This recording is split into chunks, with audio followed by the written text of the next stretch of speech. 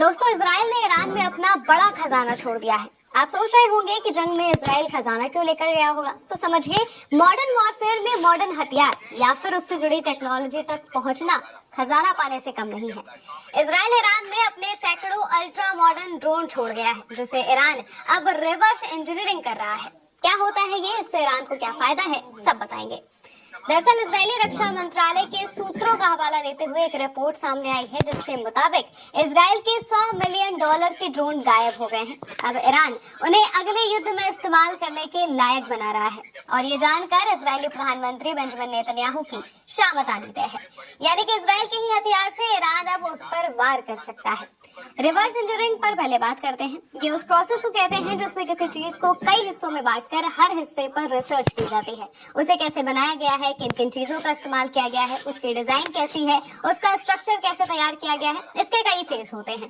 पहले ड्रोन को खोलकर या फिर उसकी कंपोनेंट्स को स्कैन करके इलेक्ट्रॉनिक डेटा इकट्ठा किया जाता है, जैसे कि उसके फर्मवेयर, रडार और सेंसर कैसे इंफॉर्मेशन लेते हैं, उसकी जानकारी जुटाई जाती है। फिर साइंटिस्ट इन पर रिसर्च करते हैं। इसके processors, Motors, communication chips, camera और एयरफ्रेम मटेरियल आदि पर लंबी रिसर्च होती है। इसके बाद CAD सॉफ्टवेयर नाम के एक सिस्टम में ड्रोन की डिजिटल कॉपी बनाई जाती है और सिमुलेशन से उनकी ताकत परखी जाती है कि आखिर इसे कैसे तैयार किया गया है और इसकी ताकत कई गुनी हो गई है। फिर इसके प्रोडक्ट बनाए जाते हैं, जैसे कि इंजन, पंखे, कंट्रोल सॉफ्टवेयर आदि का प्रोडक्शन शुरू होता है। सिर्फ इतना ही नहीं, कई बार तो इससे भी कई गुना बेहतर प्रोडक्ट बनाने के लिए तैयार किए जाते हैं। सीधे तौर पर कहें तो रिवर्स इंजीनियरिंग अच्छे से अच्छे प्रोडक्ट की नकल कर नई बनाने का तरीका है। इसमें ना तो लाइसेंस की जरूरत होती है और ना ही किसी तरह की दिक्कत आती है। रिपोर्ट्स के मुताबिक इजराइल ने मध्यम दूरी तक मार करने वाले हरमेस ड्रोन छोड़े थे, जो इंटेलिजेंस सर्विलांस में काम आते हैं। इसके अलावा FPV यानी कि first person view mini quadcopter drone भेजे थे, जो काफी छोटे होते हैं और विस्फोटकों से लदे होते हैं। पल भर में तबाही मचाने में ये काफी सक्षम होते हैं।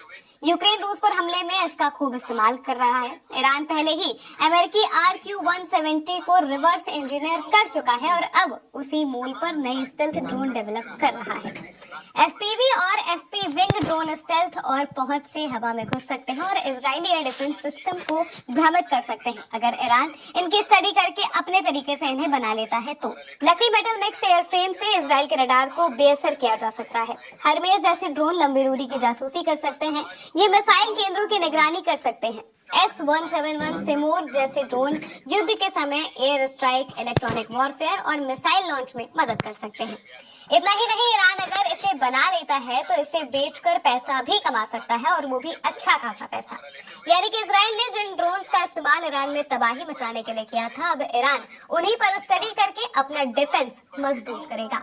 आप इसको लेकर क्या सोचते हैं, कमेंट करके जरूर बताइएगा। मैं हूं महिमा और आप देखते रहिए उल्टा चश्मा न्यूज़।